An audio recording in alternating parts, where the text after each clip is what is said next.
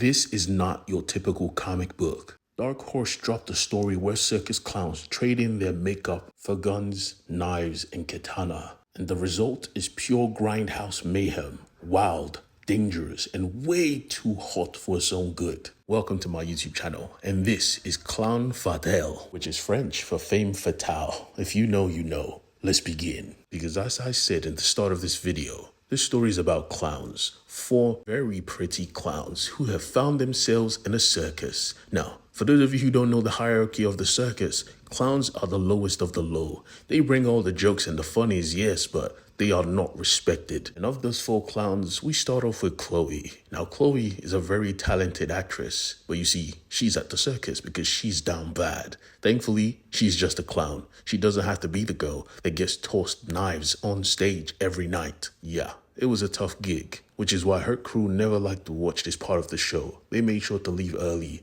every night. But even that was not even respected because they were clowns. They like monkeys. If they say dance, you dance. Tonight was different. They didn't want to dance, and the crowd wasn't having it. 2 literal baby boys pulled up with the disrespect, and the men, well, they went all the way. This is when we get a little taste as to the characters of these clowns, because they were not just all clown sad shit. They knew how to protect themselves, even more than most, because most of them had trauma. But we will get into that, because someone right now was watching all this play out from the shadows, and he was smiling with pride, because he knew he had found exactly who he was looking for. Later that night, he paid them a visit at their tent. How absolutely garbage can one's life actually get? You see, Chloe could have been a waitress, but now she's a clown. But it wasn't just her. Let me introduce you to the other girls. We have Candy, the heart of the group, an ex-woman of the night. Tina, a once married prideful woman whose husband gave her daily beats every single day.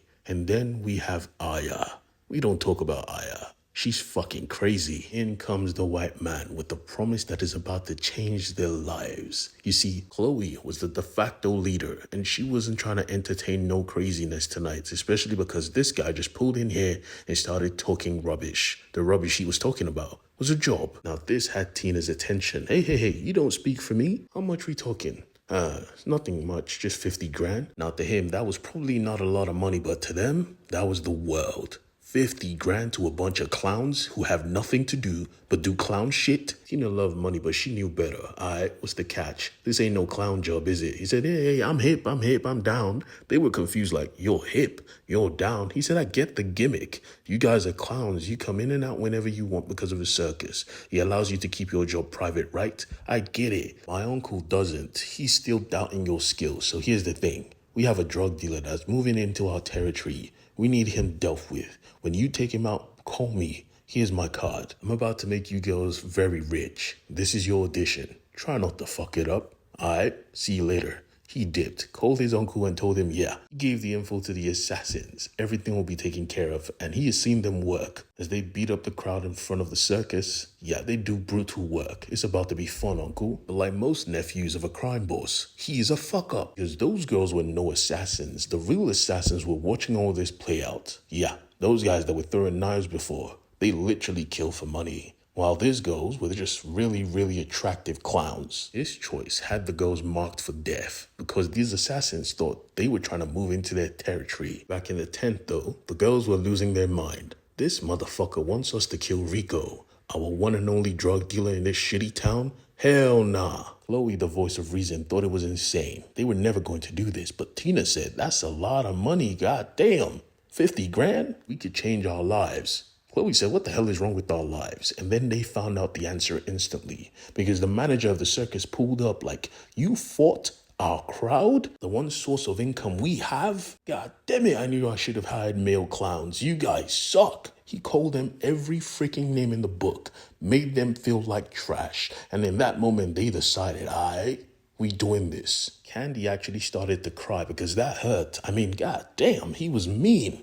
At that moment, they knew this life was no life. They can't live like this no more. So they were going to do this. They were going to kill their favorite drug dealer, Rico. And they needed a car. And so in comes Billy. Now he operated the cotton candy machine. And the truck itself, he let them borrow the car often, especially because he had the hearts for Aya. He couldn't talk to her much because he was shy, but she was feeling him too. But right now they needed to lock in. Get in the car, freak show. We got a job to do. As they drove there, they didn't plan to kill him outright. I mean, everyone just made the choice to get drugs and just chill, right? They didn't want to become murderers. Chloe, the most reasonable one, said, alright, just to remove temptation, I'll go alone. She went in there trying to buy her stuff. And this goofball decides, hey, you don't got enough bread. I'll take booty. And he was like, what do you mean? She don't roll like that. Instantly, he knocked her ass out. That wasn't a request. You don't got enough bread. Instantly, she started to scream. And thankfully, her girls heard. Because while he thought he was a big man, big men get stabbed too. He instantly lost his ability to breathe. Aya stood behind him in pride. Nope, you don't touch her. The rest of the girls came in with the violence. They beat him down. Tina checked on Chloe and Chloe was good. I mean, nothing happened yet. But Chloe knew. You wanted this to happen. I could see it in your eyes. You want to put this motherfucker down. In the corner of the room, Aya just said, ooh, toys. As they checked the wardrobe, they saw every weapon they would need for this job. Tina looked at Chloe like, you the cowgirl, you take the revolver. Now they really look like hitmen. When suddenly they heard someone trying to breathe. You see, yeah, Rico, the piece of shit, was still alive. He couldn't breathe, but he was still alive. So she decided to do him justice. All of them did. Because if you hurt one of them, you hurt them all. And they hit back hard. With his own guns, they put him down and burned down his shack. They were born. The clown posse was born. Now with the first job complete, they went to the boss, but the boss was unhappy. That was mad unprofessional. I didn't ask for you to burn down his crib. I just said, kill him. What the hell? They had options, but they chose to say, fuck you. And he smiled because he liked the energy. Alright, I see. You brought results. Maybe you try to prove a point, but I rock with it. This is your main target. She said, nah. Half of the money up front. He said, half? The fuck I look like giving you half the bread so you could just disappear? She said, damn it, in her mind, because she knew that's exactly what she wanted to do. What you need all that money for anyway? She said, bullets. We need bullets. He said, all right, fuck it. I'll give you $2,000. Get the job done. When it's done, call me. You get your money. As soon as they got the bread, they went to the strip club, because what the fuck? They just made $2,000. Mind you, shorties were stock broke. Now they had bread. They were going to flaunt it. Aya, the little monster, was asking for chocolate ice cream, but this was a bar. So they threw money in his face like, go get us chocolate ice cream, bitch. The only person who wasn't enjoying the night was Chloe, because she was the only person who knew exactly what they had to do.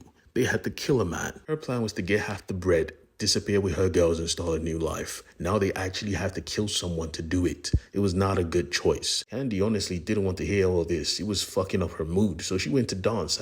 Why not? Her life is shitty. At least today she gets to turn up. The dudes in the bar must have taken it as, yeah, hit on me. Nah, these girls just killed the man. They were not in the mood. They didn't understand it until Tina pulled out the blicky because one of them said he was going to call the cops. She said, try it. I dare you. Chloe moved fast like, Tina, chill. Tina said, no cops. Shot the phone. And now all of them had to run because what the hell? Why would you do that? Even as they drove home, she couldn't give a proper response. She was blaming her husband. She was being beaten for years. Maybe she just doesn't want people touching her or calling the cops. Trauma is a bitch. And to top it all off, as they went back, hell was waiting. Like literally, hell was waiting. Not only did they have the actual assassins ready to put them all down, but the manager was going crazy. Who the hell gave you guys permission to take my truck? The insults just kept coming. He called them every name again. Tina had had enough. She was ready to end him, but someone ended him beforehand.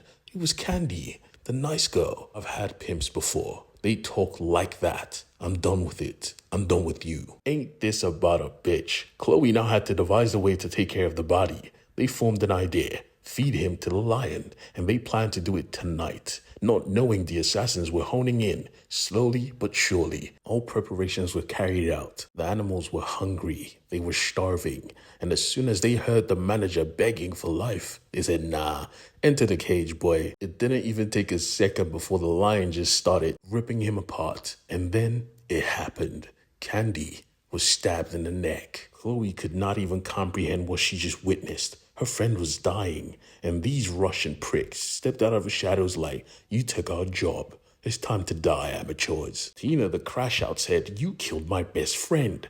I'm gonna kill you. But she just tossed her knife, and she just dropped the gun because she really was an amateur. But someone wasn't. You see, yeah, our mad girl, Aya, was not an amateur at all. The blades did not even hit the ground before she picked it up, went for this guy's throat, and kicked the other guy. She was having fun with it. Her best friend lay dying and she was laughing, stabbing this prick in the back. Ooh, ooh, ooh, ooh. No, don't die, don't die. This is your knife. Let me return it to you. Bruh, she wanted to return this knife in his face. His only saving grace was her. The blonde Russian chick was a business-forward babe. She does not play. She put eye on the ground in seconds. I've never lost a hand-to-hand combat. Never. She tried to list off all her fighting skills, but nah, there was no time. They just locked themselves in combat. While her partner, well, he went for the other girls who were still mourning. He disregarded the fact that maybe not killing the girls next to their animals, because with one glance, she looked at the monkey like crush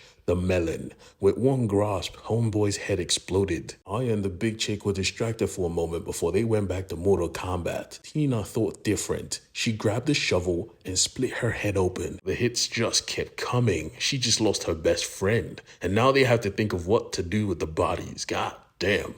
At that moment they decided, yeah, we're done with this moral high ground bullshit. We assassins now. Let's find our target, because we need to get the fuck out of Dodge. As if on cue, Wayne called his uncle like, yeah, they on the move, uncle, and I think it's time for the big show. His uncle was like, oh, great. Follow them, nephew. I want to know exactly how this mission turns out. And his nephew said, well, they don't do nothing silent, I give you that much. Because he wasn't wrong. They crashed the truck straight through the mega mansion because they were here to kill, and they had a reason to do so. But we commanded, okay, girls, nobody leaves this house alive. Let the fun begin. And please, if you want to see more, hit the subscribe button and come back later, because I drop fire freaking content. Leave a comment, click the subscribe button, donate, do all that good shit. Peace.